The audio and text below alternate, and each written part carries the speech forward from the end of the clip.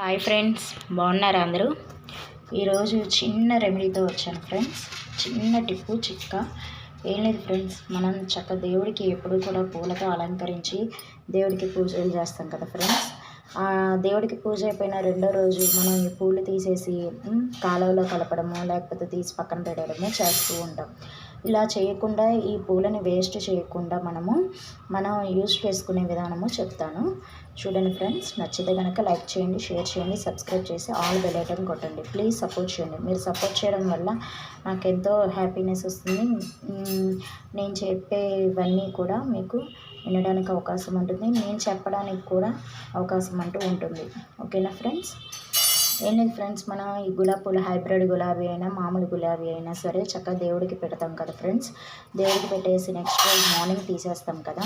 తీసేసి మనం చక్కగా తొడమలు చూస్తున్నారుగా ఫ్రెండ్స్, ఇలా తొడమలు లేకుండా మనం చక్కగా రెక్కల్ని ఇలాగా చేసుకొని చక్కగా పెట్టేసుకోవాలి ఫ్రెండ్స్. నెక్స్ట్ ఏంటంటే కమలాకాయ. మీరు కమలాకాయ ఫ్రూట్స్ తినే వాళ్ళైతే కనుక కమలాకాయ, ఇప్పుడు ఫ్రూట్స్ తింటే హెల్తీనే కదా ఫ్రెండ్స్. అందరి ఇళ్ళలోనూ ఫ్రూట్స్ ఉంటాయి. నా దగ్గర అయితే ప్రెజెంట్ అయిపోయింది. నేను ఈ రెమెడీ తయారు చేసేటప్పుడు షూట్ చేయడం మర్చిపోయాను, అందువల్ల మీకు ఇప్పుడు చెప్తున్నాను ఫ్రెండ్స్. ఏం లేదు ఫ్రెండ్స్, కమలాకాయ తొక్కలు కూడా చక్కగా చిన్న చిన్న ముక్కలుగా చేసేసుకొని కమలాకాయ తొక్కల్ని, ఆ కమలాకాయ తొక్కలు ఈ గులాబీ పూల రెక్కలు చక్కగా ఎండలో బాగా ఎండిపోయేటట్టుగా మనం ఎండబెట్టేసుకోవాలి ఫ్రెండ్స్. అలా ఎండబెట్టేసుకోవడం వల్ల ఎండిపోతాయి. బాగా ఎండిపోయిన తర్వాత ఏమవుతుంది అంటే, ఆ ఎండిపోయిన తర్వాత ఫుల్గా బాగా అది ఎండిపోయినట్టుగా మనకి చక్కగా పొడి పొడిలాడుతూ ఉంటాయి ఫ్రెండ్స్. ఇలా ఎండిపోయినప్పుడు ఇలా పొడి పొడిలాడుతూ ఉంటాయి కమలాకాయ తొక్కలు, గులాబీ పూల రెక్కలు. బాగా గుర్తుపెట్టుకోండి ఫ్రెండ్స్. బాగా ఎండిపోయిన తర్వాత వీటిని మనం మిక్సీ వేసుకోవాలి. ఒక 3 days బాగా ఎండబెట్టండి. ఎండాకాలం కదా, తొందరగా ఎండిపోతాయి. ఓ 3 days ఎండబెట్టేసేసి, ఓ 3-4 days అలా ఎండబెట్టేస్తే బాగా ఎండిపోయిన తర్వాత మనం మిక్సీ వేసేటప్పుడు ఫ్రెండ్స్, 1 స్పూన్ పసుపు, 2 స్పూన్స్ లేదా 3 స్పూన్స్ శనగపిండి వేసేసుకొని మిక్సీలోనే పట్టేటప్పుడే మనం వేసేసుకొని, ఈ గులాబీ పూలు, ఆ కమలాకాయ తొక్కలు ఎండిపోతాయి కాబట్టి అవి మనం కలిపి మిక్సీ పట్టేసేసుకొని శుభ్రంగా మనము ఒక స్టోరేజ్ ఇలా చేసేసుకున్నాము అంటే కనుక, నేనైతే ఇందులో కమలాకాయ తొక్కలు కూడా కలిపాను ఫ్రెండ్స్. మిక్సీ వేసాను. అది షూట్ చేయడం నాకు కుదరలేదు, ఆ రోజు గుర్తులేదు, అందువల్ల మీకు చెప్తున్నాను. మీరు మటుకు ఇంట్లో ట్రై చేయండి, నచ్చితే కనుక.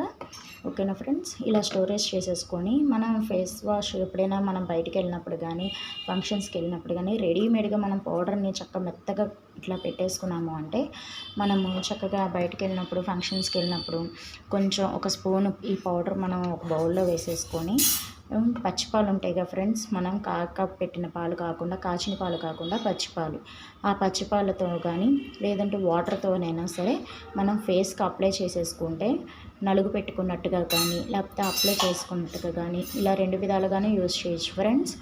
అలా చేసుకొని మనము స్నానానికి వెళ్ళే ముందు అలా చేసుకొని తర్వాత స్నానం చేస్తే కనుక ఫేస్ అన్నది చాలా గ్లో వస్తుంది.